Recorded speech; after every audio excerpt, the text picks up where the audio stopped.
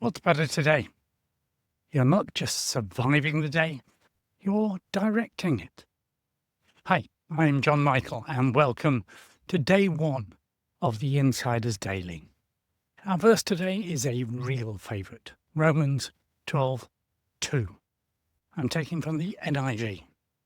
Do not conform to the pattern of this world, but be transformed by the renewing of your mind.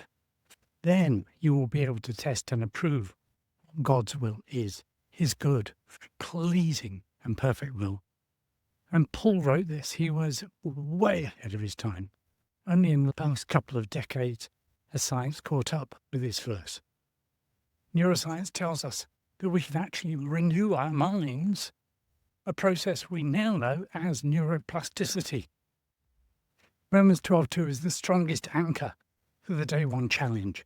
It explicitly commands the agent to step off the default corporate conveyor belt and begin the active work of mental stewardship.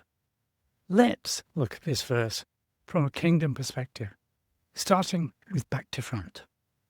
Today in the marketplace, you are expected to adopt its frantic pace and the cutthroat metrics the marketplace just loves. Nowadays, it's normal to be constantly reacting, burning out, living in the survival cycle. The world expects you to conform without question. This is back to front. Today's Insider's Challenge turns this inside out and corrects the posture of simply being the passive victor. You don't want to be mindlessly absorbing whatever the world throws at you. A kingdom perspective means that you take active stewardship over your own attention.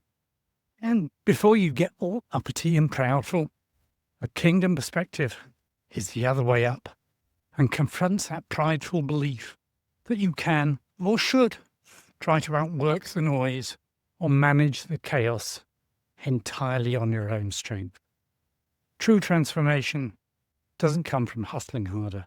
True transformation requires you surrendering your mind to his renewal.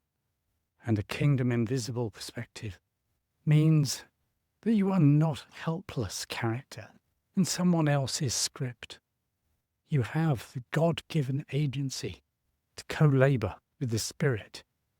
You can literally rewire your own neurobiology by choosing where you direct your focus. The lie is exposed and the truth revealed. The lie is that you must react to everything instantly to prove you are good enough to the system. But the truth is, you were deliberately created an image bearer with the authority to pause, observe the pattern, and reject it. Your obedience is simple.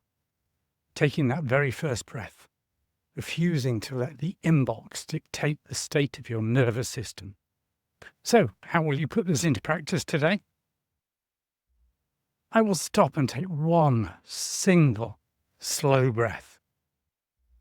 Before I open my phone or laptop, I will consciously declare that my mind is his territory and not the enemy's.